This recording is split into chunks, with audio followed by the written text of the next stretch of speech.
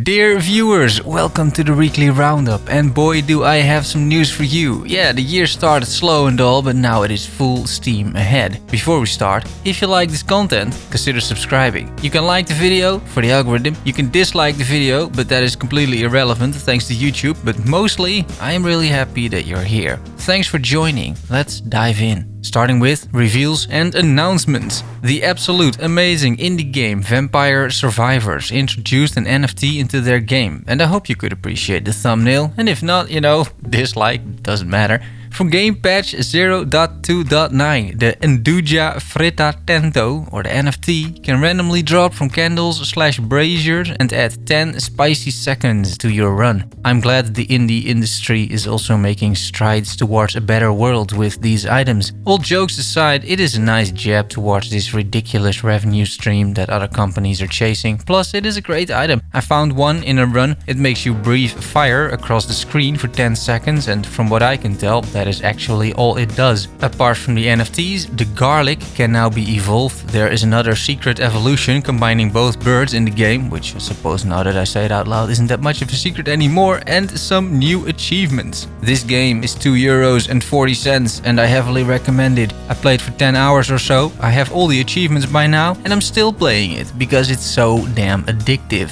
Talking about addictive, Path of Exile just finished their league reveal, and oh boy, it is looking pretty juicy. I'll just give you my take on the whole new league and some things I'm personally excited about. I really appreciated the Atlas getting easier to progress through. It was quite a journey with a lot of convoluted systems, and now it seems rather straightforward. On top of that, the massive 600 passive Atlas tree is quite something and should add a lot of fun to mapping. It might look overwhelming at first, but I think it shouldn't be too hard to figure out what mapping content you like and spec into that. The new pinnacle bosses, the endgame bosses, only have one stepping stone towards them instead of 4 like Cirrus used to have. That's a big improvement, which should lead to much more viable bossing farm strategies. There are of course tons of new items which I won't get into because I think they made it look more complicated than it is with the whole crafting as well. That was definitely true for the Challenge League Arch Nemesis. I don't think it's all that hard, but damn, the explanation really wasn't clear at all. I'm sure by Act 3 you figured out what to do though. It's like Ritual with some cascading difficulty effects. Shouldn't be too complicated. And apparently the UI will help you out to create recipes. The new stash tabs look amazing. I will definitely sponsor GGG for gems and flask tabs, as I always have those set up anyway. I may buy another supporter pack as well, which is typically something I do with a new league to sponsor ongoing development, as they say, which seems only fair. On Steam I have over 3,000 hours into the game and I can't afford it, so it makes sense to me. I'll be playing solo self-found this league to not feel too much pressure of trade league, so I can hopefully also keep you a little happy with some content. Overall, looking forward to the new league. It's going to be great.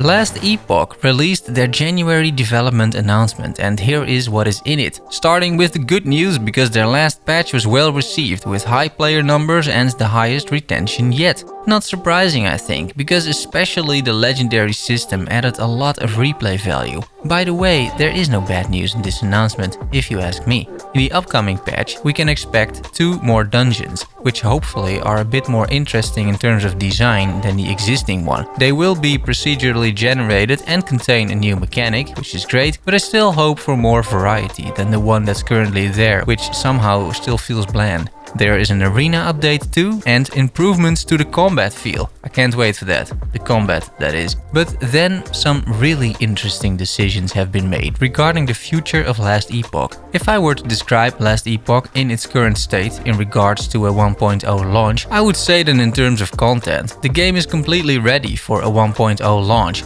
It just needs multiplayer in a working state, which is going to take a while, but apart from that, the game really doesn't need any more content right now. I'm just disregarding entirely what was promised and roadmaps and whatnot. I'm just objectively looking at the game, and I feel it is fair to say there is plenty of content there in its current state. What the game needs is optimization and polish, so that not only the content is interesting and fun to play, but that the game itself is in a technical state that doesn't fry your PC and runs at 12 FPS when you have some minions on the battlefield. That is what this game needs right now. If the devs can figure out a way to have Last Epoch run smoothly with the current content and with multiplayer, they got a winner. You can add everything else later, including classes and whatnot, because a Falcon isn't going to make or break this game. Performance is. The devs have realized this as well, it seems, and they're changing direction. Some endgame features are being cut and either replaced by something else, like dungeons, or simply not added at all. And that is a great decision, so they can focus on what truly matters right now. Performance, combat feel, multiplayer,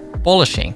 Another interesting change is the removal of the multiplayer bazaar, which is something that so many people really disliked. Now there will be player trading instead. There's going to be an extensive post about this later, so we'll discuss it more then. The main takeaway, however, is that the devs are making some tough decisions now to shape endgame to be a bit more randomized with the dungeons, and it seems that they're making calls as well to really start working towards that release moment. And they know they need to do a load of optimization before that is going to be a successful launch moment. I personally don't think Last Epoch will launch this year, by the way, despite whatever they announced. I think the game state and the multiplayer state is just not there, and 1 year isn't enough to fix it. Overall though, I'm really glad they're making these changes because it's much better for the longevity of the game. Adding content is easy, honestly, out of all the factors I just mentioned. Coming up with new ideas for a cycle is not hard. However, creating a core gameplay experience that is not only fun but feels good and smooth to play, that is very hard. Last Epoch until now hasn't been capable of providing that, and it needs to change. Great to see, therefore, that the devs are taking more steps towards a smooth, polished, performing and fun game. Songs of Glimmerwick announced their existence via a trailer. This is a game by East Shade Studios, which is a married couple making games. Their first game was the indie East Shade, hence the name, where you were a painter creating landscapes on a canvas, offering those to the locals and playing out an adventure in that way. It was really well received on Steam with 3,750 reviews, averaging an 89% user score. That is extremely impressive for a debut game. Songs of Glimmerwick is another seemingly peaceful experience where you are a witch using music to cast spells. The game features RPG-style quests, gardening, exploration and spellcasting, a lively world, fully voice-acted characters, customizable appearance, and a cool art style. Expected release window is Q3 2023, definitely something to put on your wishlist. Achilles Legends Untold released a story trailer with honestly no to very little story in it. I mean, it looks decent enough, but there's no plot or anything mentioned or any reason why Achilles is going to be on this quest to begin with. Kinda strange. Still, it's nice to see a bit more gameplay, and that's about it. I did manage to get my hands on a beta key for this game, and I am allowed to make content about it as well, I think. The beta has started. I won't be playing before finishing the episode, but hopefully next week I will either give you a gameplay slice, which seems like a decent idea, or a summary in the roundup. Broken Ranks explained their monetization in this indie and very interesting MMO. Because the game is free to play, there is no barrier to entry, but it still means potential concerns regarding monetization. And it is clear from recent posts that there are definitely advantages by spending money on premium currency. There is the standard stuff like cosmetics, which is of course completely fine, but there's also the option to subscribe to a premium account by spending premium currency called Platinum. And sure, you can get Platinum from other players and you can trade it and whatnot, but that doesn't change the fact that by spending real money you gain significant advantages, because a premium account provides you with very significant advantages. You get faster resting, meaning you recover more quickly, and after playing the game a bit, this is quite a big thing actually. You get more carry weight, which is essentially more gold. You get 26% more gold and experience from bosses and chests. You get less penalties on death, making the game easier. And finally, you get access to a daily lottery to win more items. I can't say how competitive this game is per se, as I'm only a few hours in myself, but what this game has for sure is trading. If you have more gold, and this premium account gives you more gold in more than one way, you have of course a significant advantage over those who don't, assuming you play the same number of hours. You can buy better gear, you can even buy more platinum, and the online economy gets inflated because of these accounts, making it harder to purchase items for free-to-play accounts. I can't say I'm a huge fan of this sort of monetization, especially the multiple XP and gold boosts. If you treat this whole experience as solo self-found, you're completely fine. But it is an MMO with trade. And if you want to engage with that, this system doesn't seem all that fair to me. I'd much rather prefer cosmetics and maybe some stash space or something, instead of providing gold, XP, buffs and more carry weight to paying customers. A premium account costs you around 12 euros per month after some conversions from platinum. Proceeding with Patch Plaza, bringing an overview of patch news. Gedonia, an early access solo dev sandbox adventure game I've been putting some hours in, released patch 0.5, bringing modding support to the game. This YouTube channel started out 7.5 years ago covering Skyrim mods, and I personally feel mods are fascinating and amazing, bringing the best of both worlds. A curated world by the devs to play in, and creativity from the community to create their own little playgrounds. I would honestly love to cover mods again, but that is probably a pretty bad idea channel-wise. Back to Gedonia, they released a small video on how to create mods, and by using the Steam Workshop you can easily install them. There's a roadmap as well, indicating that later we get custom quests, custom dungeons and even custom abilities. As soon as people start making some content, I'll be sure to check it out, because Gedonia is kind of a fun game, although very unpolished and unfinished and kinda janky, but in a good way, like Gothic used to be. The Ascent, the cool cyberpunk ARPG from Neon Giant, released a small patch to celebrate Lunar New Year, bringing free goodies. Well, they cost in-game money, but you know. The Chongqing pack brings the Interhabber shades, the Distant goggles, the Moon jacket, which reminds me of Cyberpunk 2077 a lot, 2 new tiger-themed shirt skins, Tiger and Tiger White, and last but not least, the 2 new weapon skins, also Tiger and Tiger White. Bright Memory Infinite, the super impressive 2-hour-long first-person shooter, has 2 free DLC packages as well for Lunar New Year. They're only free right now during the Steam sale, so grab them while you can, because after the sale you'll have to pay a little bit of money for these waifu outfits. The game itself is on sale too, 13 bucks. It's only a few hours long, but just a whole lot of fun, so maybe check that out. There's a patch available as well, updating the game with some new Lunar New Year visuals, as well as fixing a whole slew of bugs.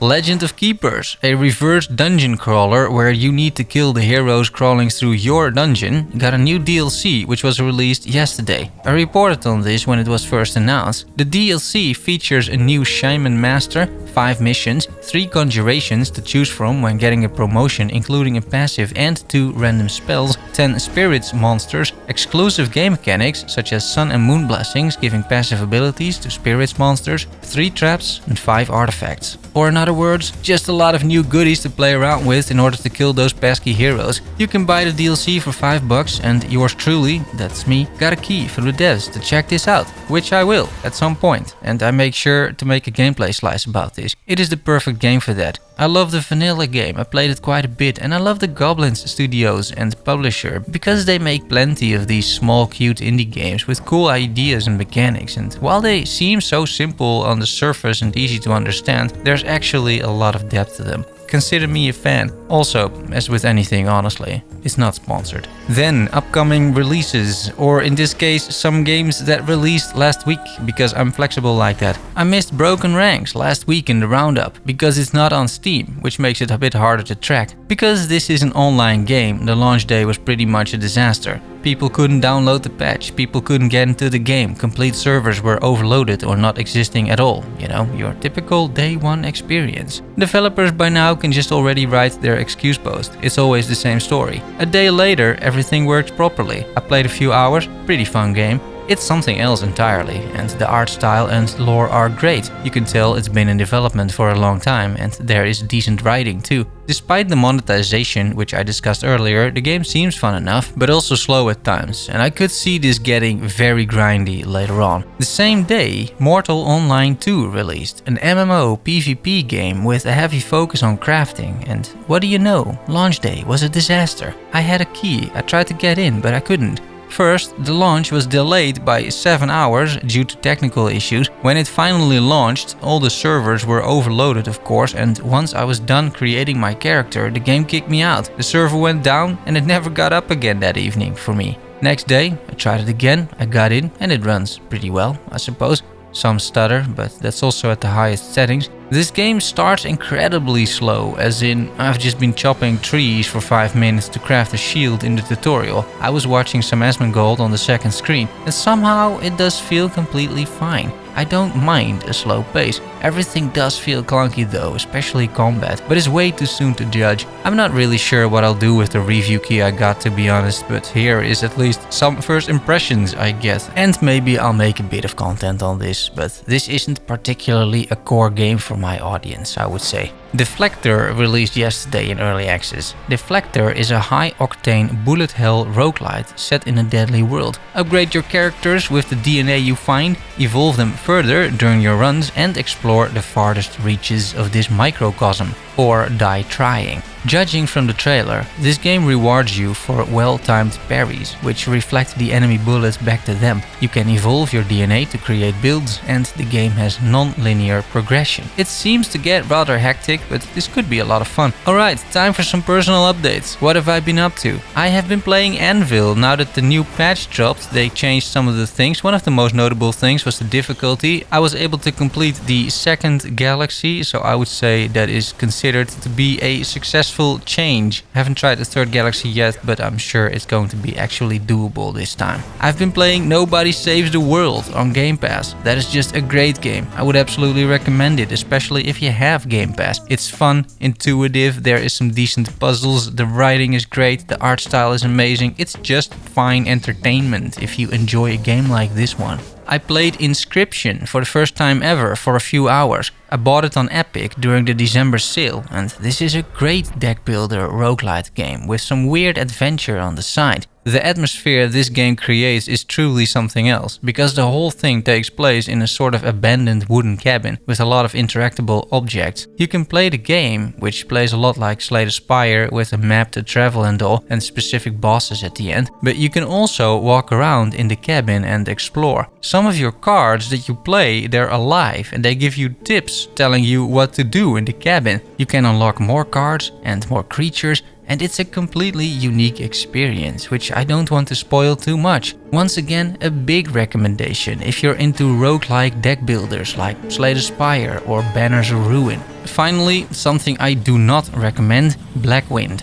I got a review key and it's really not great. First of all, you cannot play this with mouse and keyboard, the controls are horrible. After plugging in a gamepad, it was okay-ish. The camera, however, is equally terrible, moving all over the place, and it's just poorly implemented. Trying to get a decent overview of battles, especially in spaces with some verticality, is pretty much impossible. The story behind Blackwind is that you are a teenager and son of a brilliant scientist who designs battlesuits for the army. You get put into one of those battlesuits on your way to an alien colony just for testing, but then the ship gets attacked, you are still in that suit and you crash land on the planet. The voice acting with this lore, let's say, makes sense because you are an annoying teenager in an overpowered suit, but it is also extremely annoying because you are an annoying teenager in an overpowered suit. The combat and graphics are fine, but the foundation of this game is far from solid and the implementation isn't there either. Shame, because the trailer looked okay. And I'm not the only one, by the way, because at the moment of writing the game sits at a 34% user rating on Steam.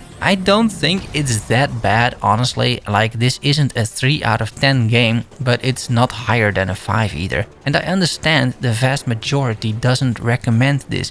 I wouldn't either. And that's it. If you have any questions or remarks, put them in the comments below. I hope you enjoyed the video. If you did and you want more like this, consider liking the video or even subscribing. I'm making an episode every single week. Thanks for watching and for making it to the end. Love you all. See you soon. Bye bye.